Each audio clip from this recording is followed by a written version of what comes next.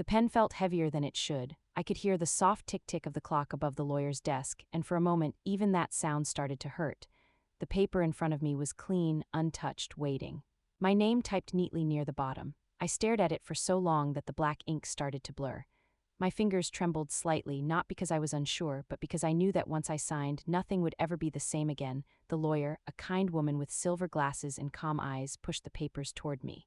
"Take your time," she said softly. Her perfume smelled like jasmine, sweet, soft, almost comforting.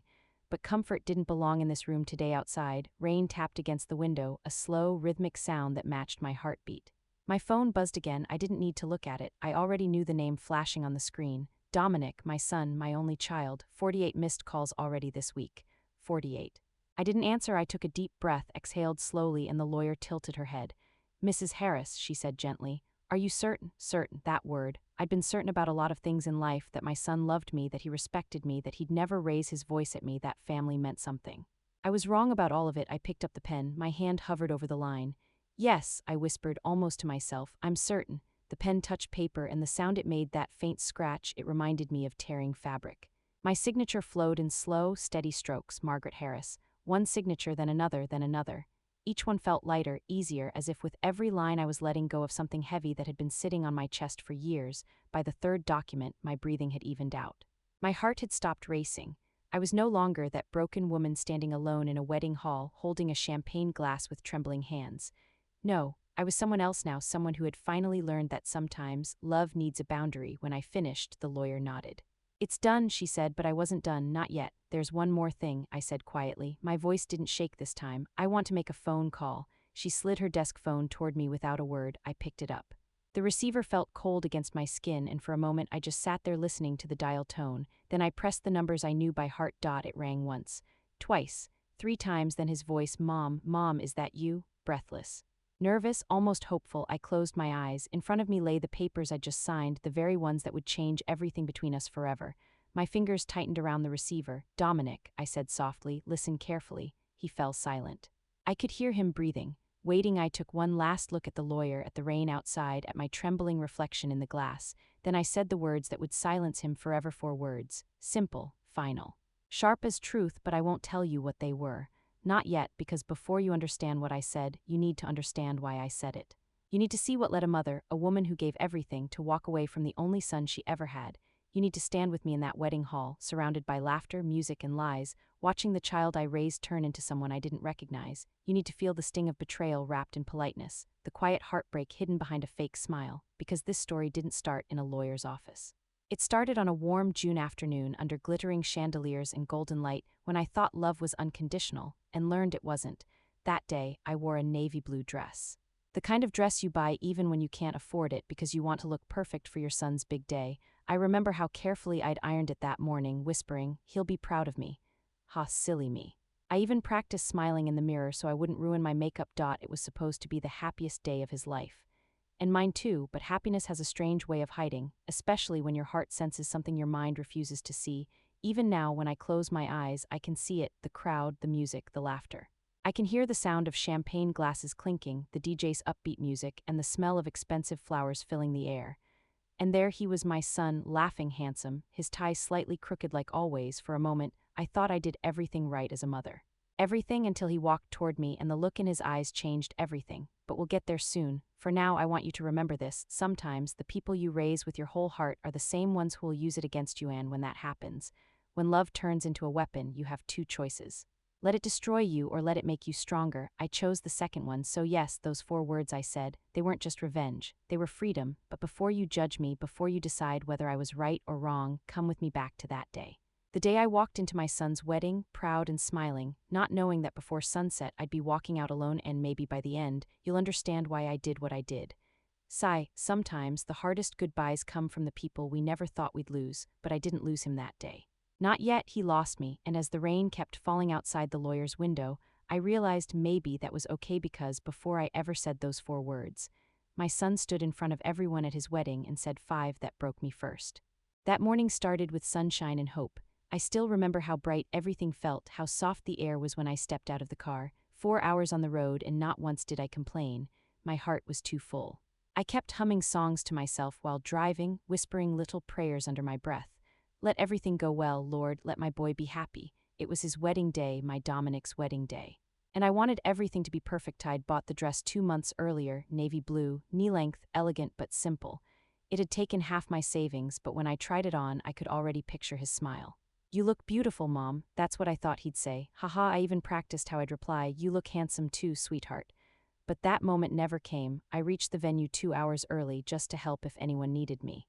The hall was huge, full of white flowers and soft music. I could smell roses everywhere. The staff was running around, fixing the decorations, laughing, rushing, living in a world that felt full of love. I stood near the door, looking around like a child in a fair. I thought, wow, my boy really made it. Every single detail screamed money, the glass chandeliers, the polished floors, the elegant guests. He'd done so well for himself. I felt proud. Truly proud, I walked over to the dessert table, smiling, pretending not to feel out of place. Some people glanced at me, then looked away. It's okay, I told myself. Maybe they just didn't know who I was. I clutched my little purse, trying not to let my hands shake. Inside that purse was a card, a white envelope with $8,000 inside. Every penny I'd saved from extra night shifts at the hospital. I wanted to gift it to him quietly. No drama, no show, just love. He'd texted me that morning, relax and enjoy the day, Mom. I smiled at that message. If only I knew what was coming. The ceremony was beautiful. His bride, looked stunning in her lace gown. I won't lie, she was glowing. When they said their vows, my eyes watered. I remembered his little face when he was 5, asking me, will I ever get married, Mom? And now here he was, grown. Married, my heart whispered, Marcus, our boy's all grown up. But sometimes, the most painful moments hide behind beautiful music. It happened during the reception. The music was loud, laughter everywhere. I was standing near the dessert table again, just sipping my champagne, smiling at guests I didn't know. My feet hurt, but my heart was light. I thought about going up to Dominic, giving him the envelope, telling him how proud I was. Then I heard it. Mom, just one word. But something in his tone made my stomach twist. I turned around. There he was, standing a few feet away, his jaw tight, eyes hard. He didn't look like my Dominic. He looked like someone else. The ceremony was beautiful, honey, I said softly. You both looked so, you need to leave. For a second I thought I misheard him. I even laughed nervously. Haha, what did you say? You need to leave, Mom. His voice was flat, no emotion, no warmth. The champagne glass in my hand suddenly felt slippery. The sound of laughter around me started to fade, replaced by a ringing in my ears. What do you mean? I asked. Did something happen? He didn't look at me. His eyes shifted past my shoulder. Bridget doesn't want you here. You're making her uncomfortable. My breath caught. My heart actually stopped for a moment. Uncomfortable. I haven't even spoken to her since the ceremony. She says you were giving her looks. She doesn't like your attitude. My attitude. I blinked, stunned. I wanted to laugh again, but this time it came out broken. Haha, you must be joking, right? His expression stayed cold, stiff, and final. Please don't make this difficult. Just go home, Mom. We'll talk later. Later, there it was again, that word. Always later. Every sound in the hall became louder, glasses clinking, guests laughing, music thumping. But around me it felt silent. I could feel people watching, though no one said a word. I felt my throat tight. My lips trembled, but I refused to cry. Not here, not in front of strangers. I nodded slowly. Okay, that's all I said, just okay. I set the champagne glass down on the table. My hand shook a little, but I smiled, a fake, polite smile, the kind mothers wear when their hearts are breaking, but their pride won't let them fall apart. I turned and walked toward the door. My heels clicked on the floor, click, click, click, each sound cutting through the music like a heartbeat. I could feel the weight of every eye on me, though no one stopped me. No one asked if I was okay. When I reached the door, I glanced back once. He was already walking away, laughing with his friends. Like nothing had happened, I walked out into the hot June sun. The brightness hit my face so sharply that my eyes burned. I forced a smile again. It's fine, I whispered to myself. He's just under pressure. It's his wedding day. He'll call later. I sat in my car, turned on the engine, and waited for the air conditioner to cool the tears running down my cheeks. That drive home was the longest 4 hours of my life. Sigh, you know, when you give everything to someone, your time, your money, your heart, and they still throw you out like a guest, it breaks something inside you that doesn't heal fast. But I didn't scream. I didn't beg. I didn't want to ruin his perfect day. I just drove away, quietly, and the funny part, I still smiled when I reached home, because mothers, we always find excuses for our children. He's tired, I told myself. He's overwhelmed. But deep inside, a small voice whispered something's changed. He's not the same boy anymore. That night, I sat on my porch looking at the stars, clutching that same white envelope with the money inside. I couldn't bring myself to open it. My eyes burned, but no tears came, and as the night breeze touched my face, I thought, maybe this is what it feels like to lose someone who's still alive. But the next morning, when the phone rang and I saw his name again, I didn't know it would hurt even more. Because this time he didn't ask for me, he asked for my house. The road home was empty that night. almost too quiet, like even the world didn't know what to say to me. 4 hours of driving, and not one song on the radio felt right. I tried turning the volume up, hoping the music would drown the thoughts, but every lyric sounded like him, so I turned it off. Silence felt safer, the headlights stretched across the dark highway.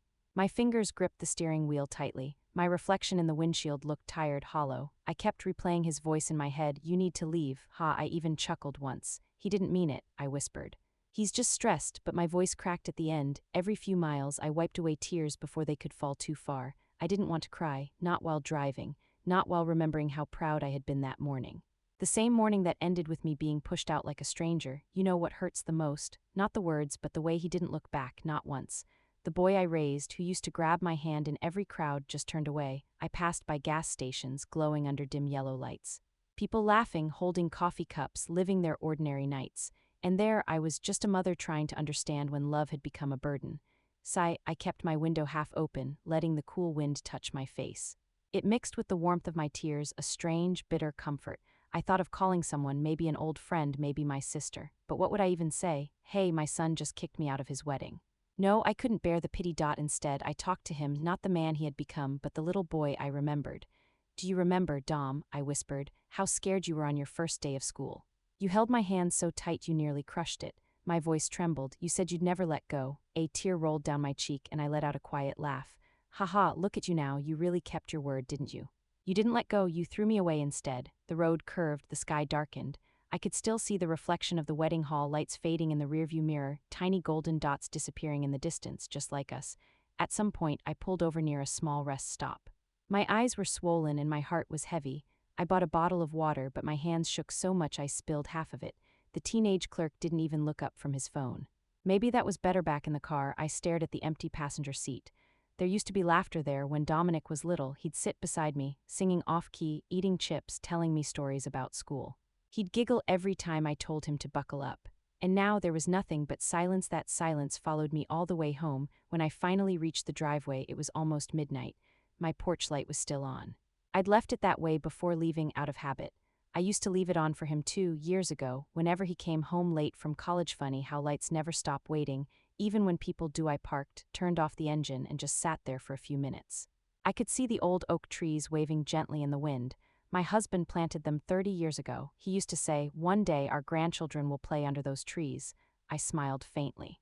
"Maybe not," I murmured. I got out of the car, still in that navy blue dress, my heels clicking against the gravel.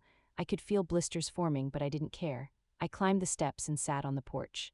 The air smelled like rain and pine. It was quiet, almost peaceful. For a long time I just stared at the stars. I tried to cry, I really did, but no tears came. It was like my heart had run out of ways to express pain. After a while, I opened my purse and took out the envelope. The one with $8,000. I stared at it for a long time. Then I laughed softly, shaking my head. "You know, I was supposed to give you this today," I said quietly to no one. "Every penny I saved just for you, but maybe it's better this way."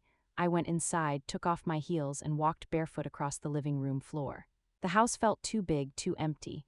Every wall had a photo, Dominic's school pictures, birthday parties, graduation day. His smile was everywhere, and for a second I hated those pictures because they lied.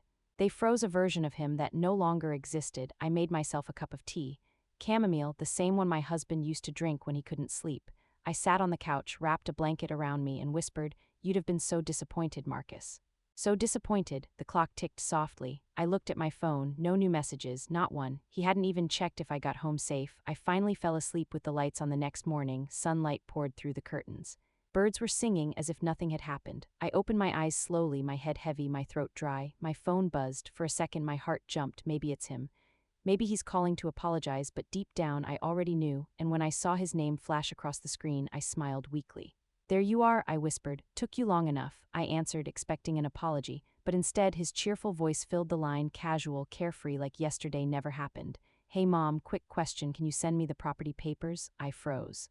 For a moment I thought I misheard again. "Property papers? What?" I said softly, more to myself than to him. "The land," he said, "the one Grandpa left you. Bridget and I were thinking about developing it. Her uncle says it's a great investment." That was it. No apology, no sorry, no regret, just business. And that's when it hit me. Last night wasn't an accident, it was a beginning. A beginning of something darker. I stood there, phone pressed to my ear, my heart sinking deeper with every word. "If you've ever been hurt by someone you love, stay with me." because what happened next will make you question everything about love, loyalty, and family. And hey, if you believe real stories teach real lessons, hit that subscribe button. You won't want to miss what came after this call, because that phone call wasn't just about land, it was about power. And when a son tries to take what his mother built, the story doesn't end with silence. It ends with a decision he'll never forget. The sun was soft that morning, glowing gold across my garden. Birds were singing on the fence, and the breeze carried that sweet smell of wet earth. It should have been a peaceful day. The kind where you forget everything bad and just breathe, but peace doesn't last long when pain has your phone number. I was kneeling in the garden, wearing my old gloves, pulling weeds near the roses my husband planted years ago. The earth felt cool in my hands, grounding, real. For a little while I almost forgot yesterday had happened, then my phone rang. The sound was too sharp, too familiar.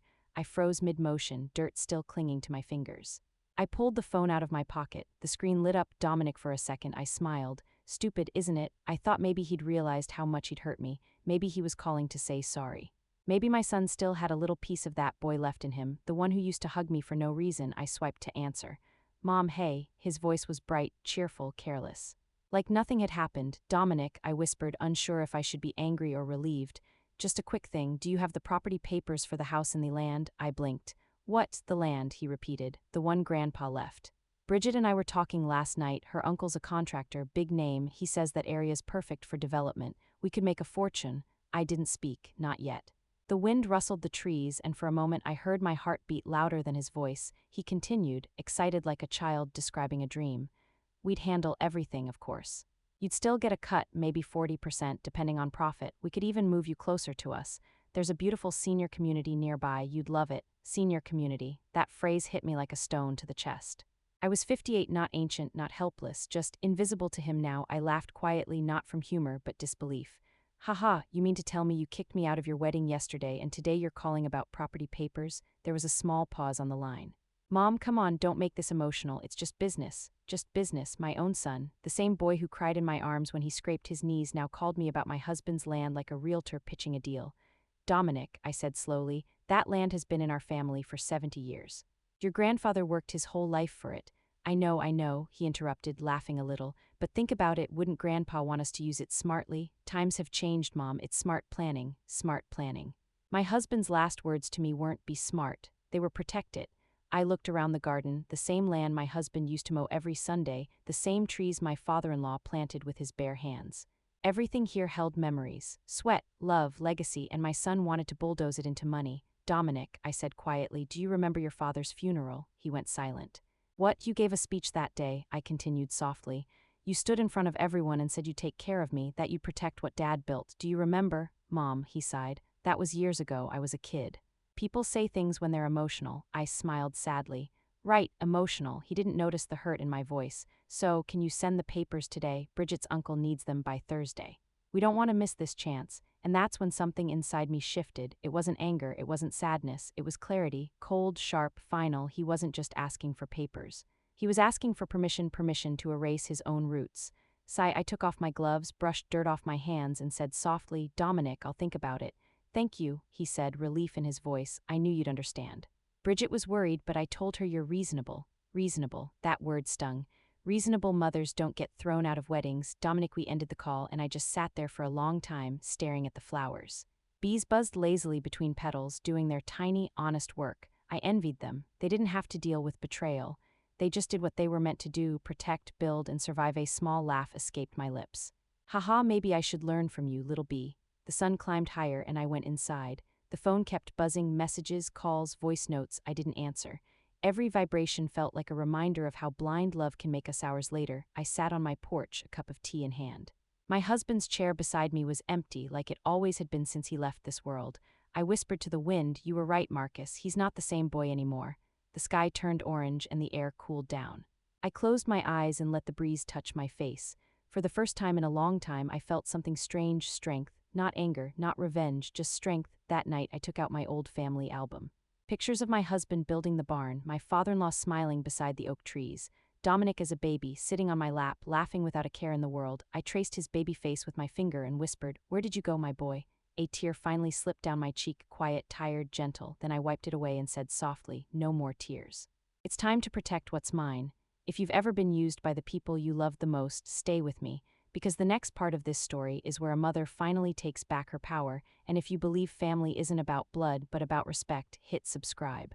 We share stories that speak the truth no one dares to say out loud. That night I made a promise to my husband, to myself, to every woman who's ever been told she's too emotional. Tomorrow I'd call my lawyer, and for the first time in my life I wouldn't protect my son, I'd protect myself.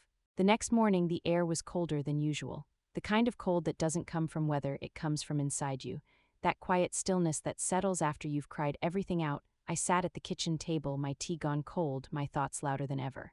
The envelope with the property papers sat in front of me, untouched. I kept staring at it, my fingers tracing the edges. This land, this house, this soil, every inch of it had a story. Every story had a sacrifice, and suddenly I remembered a night 12 years ago, the night Marcus, my husband, made me promise. He was lying in the hospital bed, pale but smiling. The heart monitor beeped softly beside him. He looked at me and said, "Karen, promise me something." I remember I laughed weakly, wiping my tears. "You're talking like an old movie, Marcus. You'll be home in a week." He smiled again, that same tired, gentle smile. "No, listen to me." His voice trembled, but his eyes were steady. "Promise me you'll protect the land, no matter what happens. Don't let anyone sell it or split it or destroy it." I felt my throat tighten. "Marcus, don't talk like that," but he squeezed my hand, his grip surprisingly strong. "I mean it. This land isn't just dirt, Karen. It's our history. Your father worked this soil. Mine did too. Our son will one day understand what it means." My eyes blurred with tears. "Of course he will." He smiled faintly, whispered, "Promise me." And I did. I leaned over, kissed his forehead, and said, "I promise." He closed his eyes, exhaled, and said, "Good. Then I can rest." That was the last promise I ever made to him. The memory hit me so hard I could barely breathe. I looked around the house, his chair by the window, his jacket still hanging behind the door, his handwriting on an old grocery list. Everything about this place was him, and now our son wanted to erase it all. I whispered, "You wouldn't believe what he's become, Marcus." A small laugh escaped me, bitter and tired. "Haha, remember how he used to follow you around the yard with his little shovel? You said he'd be the one to carry the legacy." My voice broke. "He doesn't even see it as a legacy anymore. Just land." I stood up and walked outside. The morning light spread across the fields like gold. The oak trees stood tall and proud, the same ones Marcus planted 30 years ago. Their roots were deep, just like our memories. I ran my hand along the old wooden fence. The paint was peeling, but it still stood strong. The wind rustled the leaves gently, and for a moment I felt like Marcus was there, watching. "Listening, you told me to protect it," I whispered. "I will." That was the moment I made my decision. I walked back inside, picked up my phone, and called my lawyer. She remembered me instantly. Patricia Nolan, kind eyes, firm tone, always calm. "Karen," she said, surprised. "It's been years. How are you?" "I need your help," I said simply. "It's about my property." I told her everything, the wedding, the humiliation, the phone call, the request for papers. Every word felt like peeling off a layer of pain. When I finished, she was quiet for a long time. Then she said, "I see, and what do you want to do?" I took a deep breath. "I want to make sure that land is never sold, ever. I want to protect it, forever." Patricia paused. "There's a way to do that," she said finally. "A conservation trust. You transfer the property into it legally. No one, not even your son, could sell or develop it. It would stay exactly as it is, protected, permanent." "Permanent," I repeated. That word felt right, solid, peaceful. She continued, "It also means you'd be giving it up legally. It wouldn't belong to your family anymore. It would belong to the trust." I smiled faintly. "Good, that way no one can destroy what we built." Patricia nodded. "I'll prepare the papers." That night, I sat by the fireplace with a cup of tea and my husband's photo in my lap. His smile looked so alive that I could almost hear his laugh. "You see, Marcus," I whispered, "you told me to protect it, and I will, even from him." A small tear rolled down my cheek, and I laughed quietly through it. "Haha, you'd probably say I'm too stubborn. Well, I learned that from you." Outside, the wind picked up, carrying the faint scent of pine. The fire cracked softly, warm against the cool air, and as I stared into the flames, I realized something. This wasn't just about land. It was about love, the kind of love that doesn't die, even when people forget it existed, because protecting this land wasn't about revenge. It was about keeping a promise. The last one I ever made to the man who believed in me. I smiled at his picture. "Tomorrow," I whispered, "I'll sign those papers, for you, for us. If you've ever kept a promise long after the person is gone, you'll understand what she's about to do next. And hey, if stories like this remind you of your strength, don't forget to subscribe." We share real emotions, real heartbreaks, and the lessons hidden inside them. The next morning, I woke up before sunrise. The sky was painted in soft pink and orange. I dressed neatly, packed my bag, and drove to Patricia's office. The pen felt heavy again when she placed it in front of me. But this time there was no hesitation. I knew what I was doing. "Are you ready?" she asked. I smiled softly.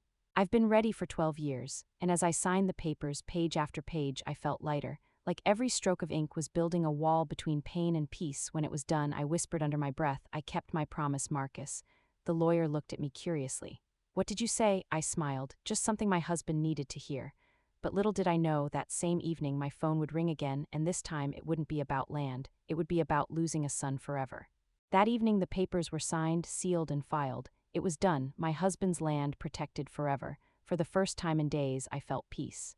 But peace has a strange habit. It doesn't last long when guilt starts knocking, because even after everything, part of me still loved him, my son, and a mother's love doesn't just fade away, even when her child breaks her heart. As the sun began to set, I made myself a cup of tea and sat by the window. The sky was orange and soft, the world quiet. My phone lay face down on the table, still buzzing from missed calls. Dominic again, he'd been calling since morning, probably realizing now that I wasn't as weak as he thought. I sighed. "Not today, Dominic. The truth is, this wasn't just about him.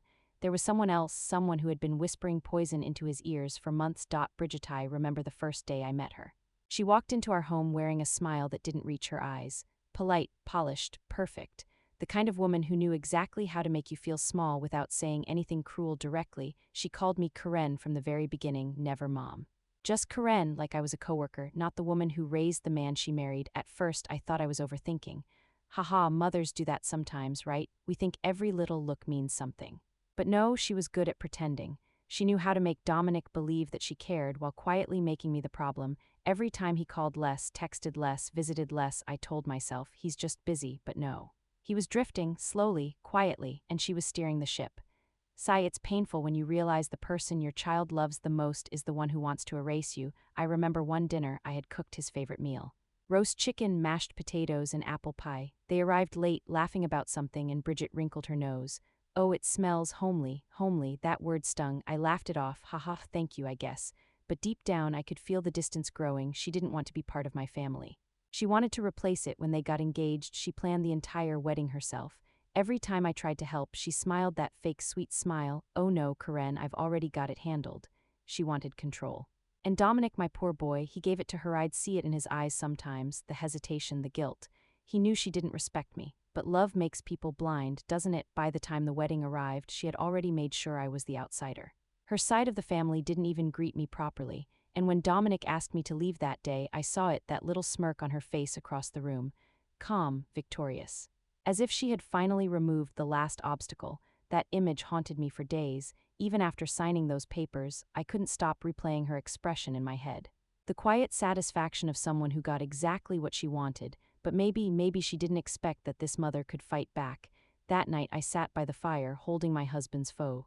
"Marcus," I whispered. She turned him against me. My voice cracked. "But you'd be proud of me. I didn't lose everything. I protected what mattered." The clock ticked slowly. I could hear the faint buzz of another call. I didn't pick up. Then came a text from Dominic. I opened it, just one line. "Bridget wants to talk to you. Please answer her call." I stared at it for a long time. I shouldn't have, but curiosity can be cruel. I picked up the phone when it rang again. "Hi, Karen," her voice came, soft and sweet like sugar hiding a blade. "I think there's been a misunderstanding." My chest tightened. "What kind of misunderstanding?" "Oh, Dominic's just upset. We all said things we didn't mean, but let's be adults about this. The development idea is good for everyone. You'll get money, comfort, and peace of mind." Her tone was rehearsed, perfect. "Manipulative, Bridget," I said quietly. "You had me thrown out of your wedding." There was silence, then a fake little laugh. "Haha, oh that." Emotions were high. You know how weddings are. I almost laughed too. "Do you know what's funny?" I said. "Yesterday you threw me out of a building, and today you want me to hand you the land my husband died protecting."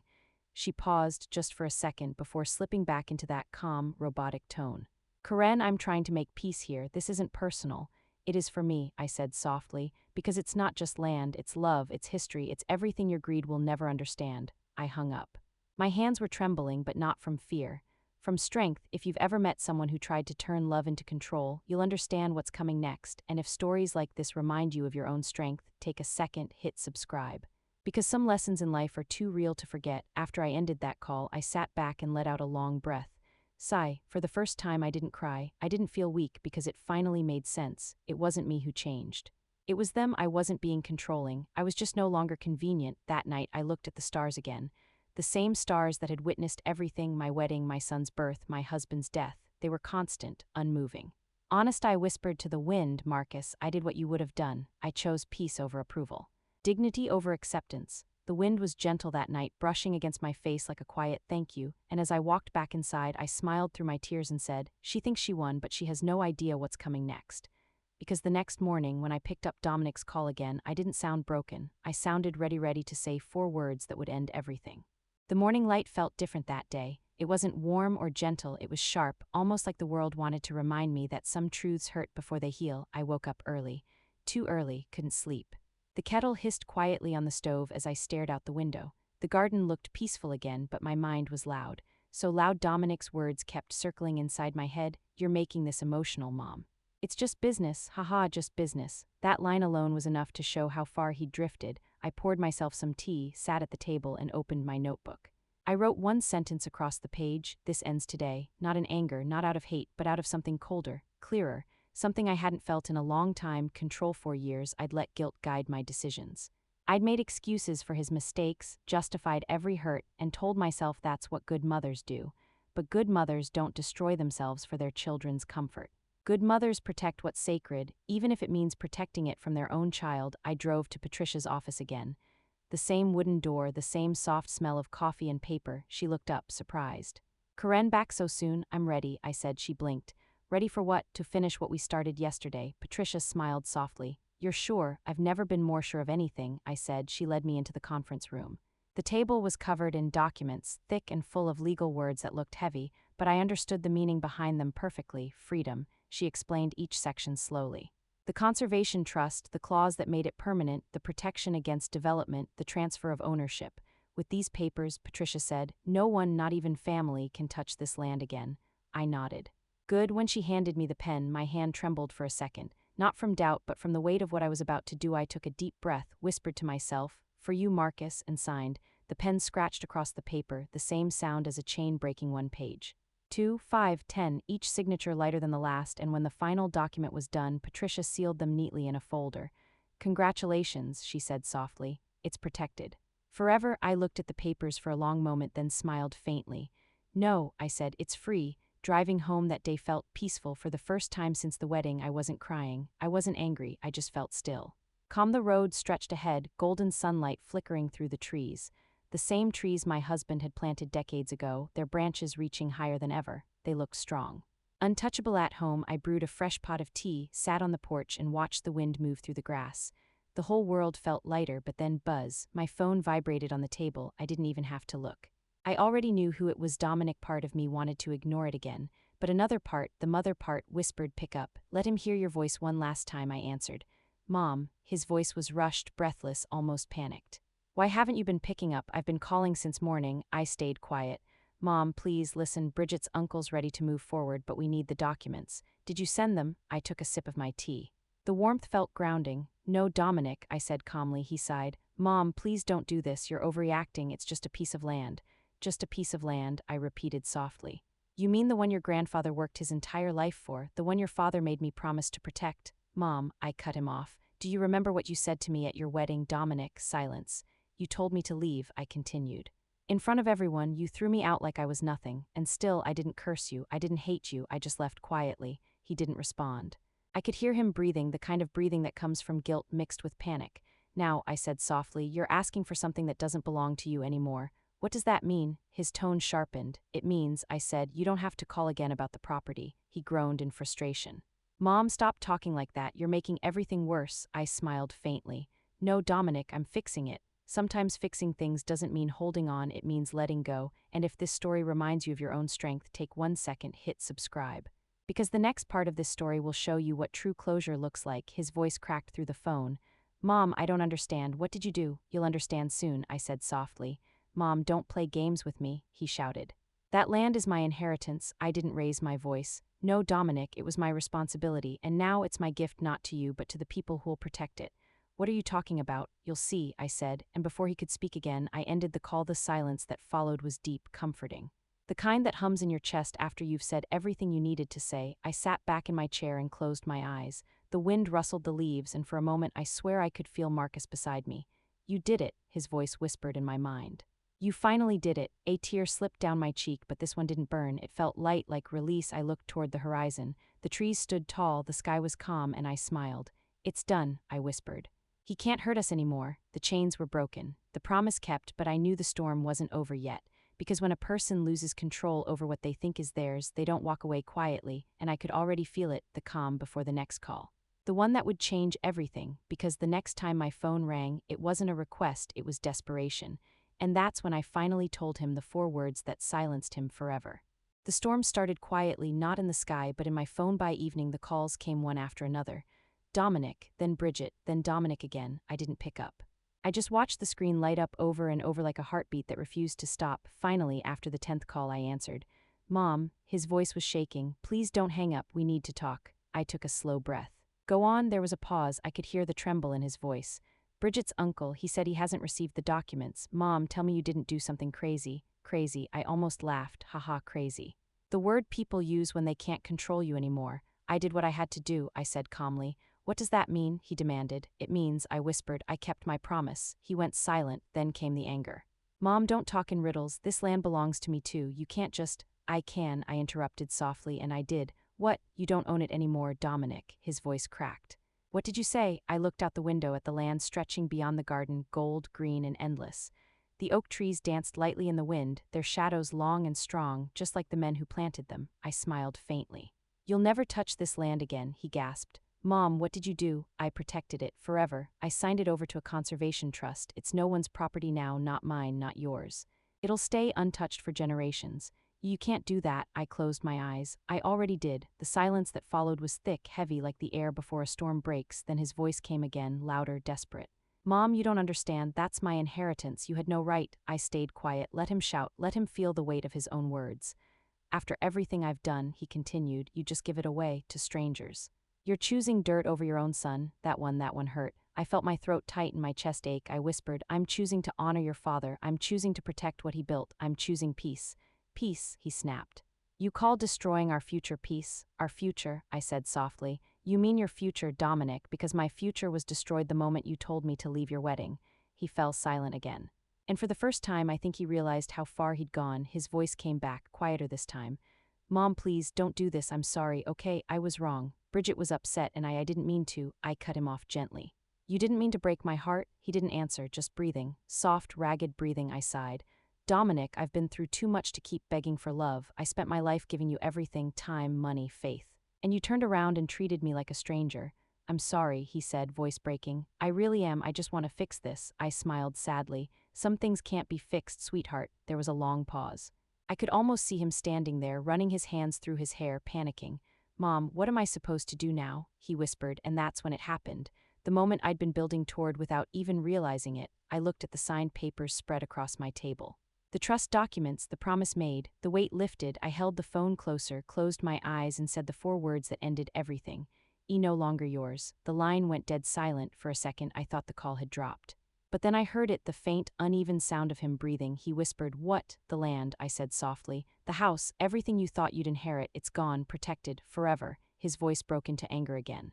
You can't do this to me, to you, I repeated. You did this to yourself, Dominic. You pushed too far. You forgot where you came from. He yelled something, I don't even remember what. All I remember is the sound of his voice, not the words, but the fear in them. The sound of a man realizing he couldn't manipulate love anymore. Bridget's voice suddenly appeared faintly in the background, sharp and irritated. What did she say? What happened? And Dominic, he didn't answer her. He just said softly, brokenly, it's gone. Then, click, the line went dead. I stared at the phone for a long time. The silence that followed felt peaceful. Not joyful, not victorious. Just still. I put the phone down, walked out to the porch, and sat in Marcus's old chair. The evening sky was painted in purple and orange, and the wind was cool. I whispered, It's done, Marcus. I did what you asked. The air seemed to move around me, gentle and light, like he was there, like he was proud. Sigh, a tear slipped down my cheek, but this time it wasn't pain. It was release. I looked at the trees again, the ones our family had planted generations ago. You'll stay here, I said softly, even if none of us do, and for the first time in weeks I smiled, a real one. Small, tired, but honest. If you've ever had to let go of someone you love, not because you wanted to, but because they left you no choice, you'll understand her peace in this moment. And if you believe some things are worth protecting, hit subscribe right now. Because the next part of this story will show you what happens when karma finally comes knocking. That night I slept soundly. No dreams, no nightmares, just deep, quiet sleep. But when I woke up the next morning, the phone was full of missed calls, messages, and voicemails. Some angry, some begging. I didn't listen to a single one because the truth was simple. I didn't need to any more. He'd taken enough from me. And I'd finally taken something back, my peace. But life has a way of finishing stories we think are over, because months later, karma came quietly, wrapped in a lawyer's letter, and this time it wasn't about land. It was about loss. 6 months later, winter came, the kind of winter that looks beautiful from the window but feels lonely in your bones. The air was cold, crisp, silent. Snowflakes floated through the air like tiny pieces of peace, falling slowly over everything I had chosen to protect. The land looked different now, not sad, not heavy, just quiet. White stretched as far as I could see. The old oak trees stood tall under layers of snow, strong and unmoving. My husband used to say, "Snow is how nature starts over." I think he was right. By then, Dominic's calls had stopped. No messages. No voicemails, not even Bridget's sugar-coated "let's talk" attempts. At first, the silence felt strange. I'd wake up expecting my phone to buzz, but it never did. And slowly, that silence turned into something new: peace. I spent my days walking the property, feeding the birds, reading by the fire, making soup that always turned out too salty but somehow felt comforting anyway.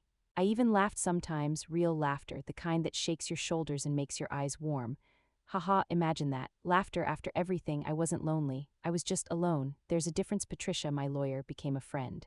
She'd check in once a week, mostly to make sure I was okay. One morning, over coffee in her office, she said, "You know, your son's lawyer contacted me." I raised an eyebrow. "Oh," she nodded. "They tried to challenge the trust.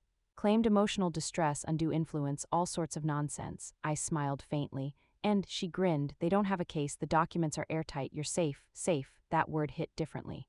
It had been so long since I felt it. I nodded slowly. "Thank you, Patricia." She hesitated, then said, "There's something else you should know." Bridget left him. My hand froze around the coffee cup. "She left him?" Patricia nodded gently. "Apparently she filed for divorce 2 months ago. The rumors say the money dried up and so did her love." I let out a quiet sigh, not relief, not happiness, just something softer.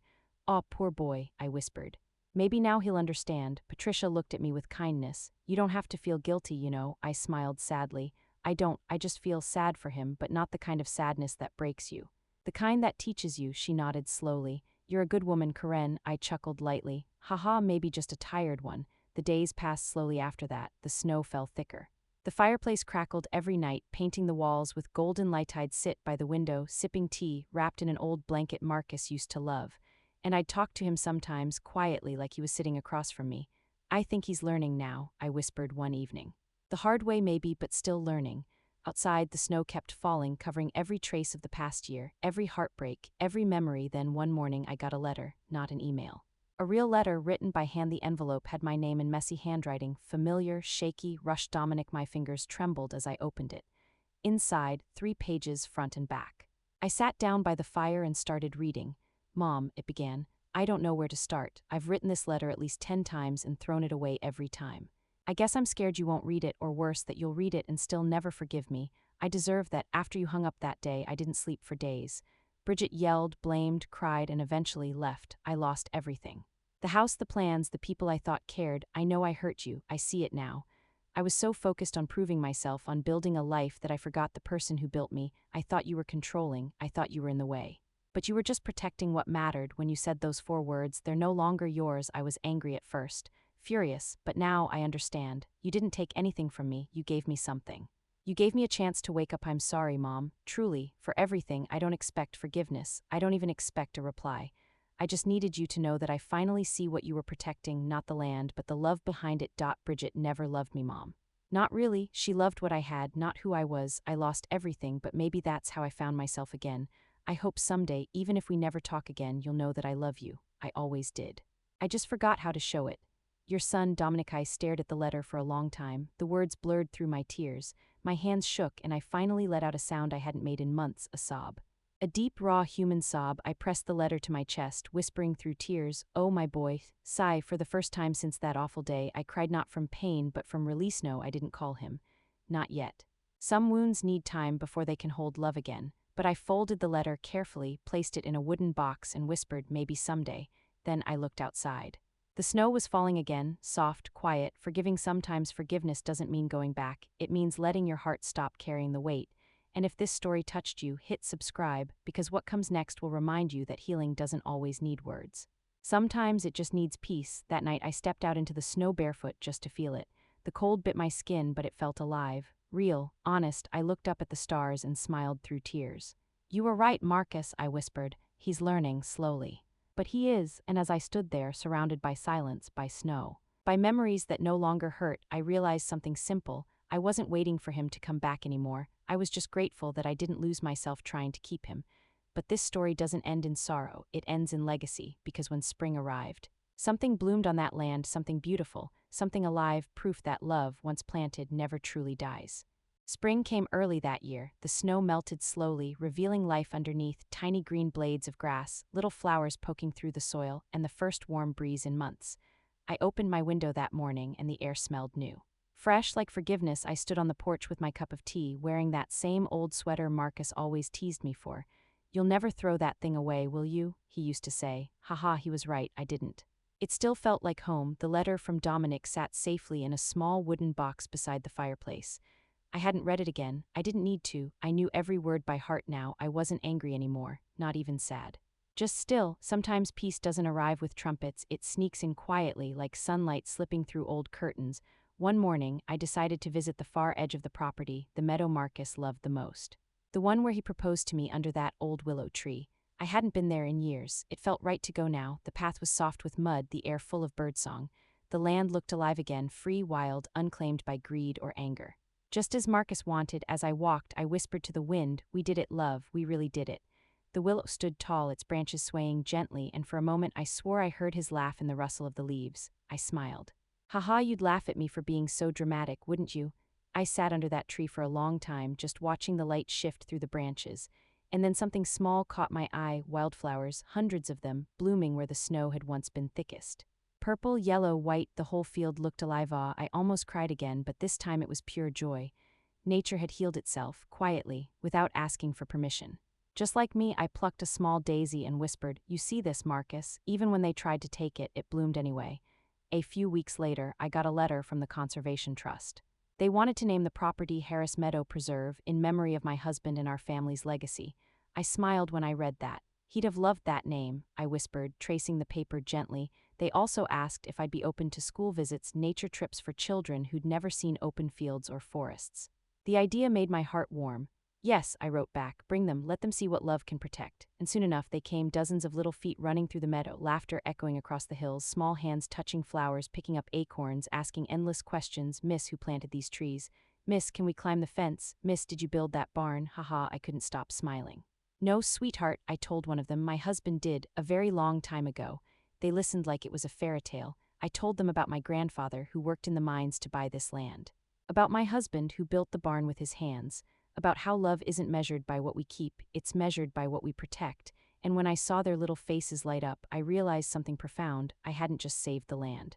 I had saved the story. These children didn't know Dominic. They didn't know the fights or the heartbreak or the tears. They just saw beauty. They saw love passed down through generations, a love that survived everything. That's legacy, not money. Not inheritance. Legacy is what still stands when the pain is gone. Sigh, as the last group of kids waved goodbye, one little girl turned around and said, "Miss, your husband would be proud." I froze for a second, my throat tightened. "Thank you, sweetheart," I whispered. "He is." That evening I sat on the porch again, the sky painted gold and pink. I read Dominic's letter one more time, not to reopen wounds, but to remind myself how far we'd come. I whispered into the air, "I forgive you, my boy." Maybe not out loud yet, but I do. Forgiveness doesn't mean forgetting. It means you stop letting the past chain your heart. It means you look at the scars and smile because they didn't kill you. And as I sat there, the wind picked up again, carrying the smell of flowers and soil, the smell of home. I looked at the hills, the barn, the meadow, and I realized something simple but powerful. I didn't lose my son. I just found myself. If you've ever been through pain that forced you to grow stronger, you'll understand her peace. And hey, if stories like this touch your heart, subscribe. We tell stories that remind you that even broken hearts can bloom again. The sun dipped below the horizon, painting everything in soft orange light. I whispered my final words for the night, to Marcus, to Dominic, to the land itself. "Be safe now." And for the first time in a long, long while, I went to bed with no weight on my chest. No guilt, no tears, just quiet, gentle peace. Maybe someday, Dominic and I will sit under this same willow tree again. Maybe he'll bring his own child, and maybe then he'll understand this land was never about ownership. It was about love, and even if that day never comes, it's okay. Because I've learned something beautiful. Love doesn't end when someone walks away. It ends when you stop believing in yourself, and I didn't. I kept my promise, I kept my dignity, and I kept my peace. Sometimes life teaches us through heartbreak. Sometimes letting go isn't giving up, it's standing up. If this story moved you, hit subscribe and share it with someone who needs to hear it tonight. Because maybe they, too, are one promise away from peace, because legacy isn't about what you leave behind, it's about what you refuse to let be destroyed.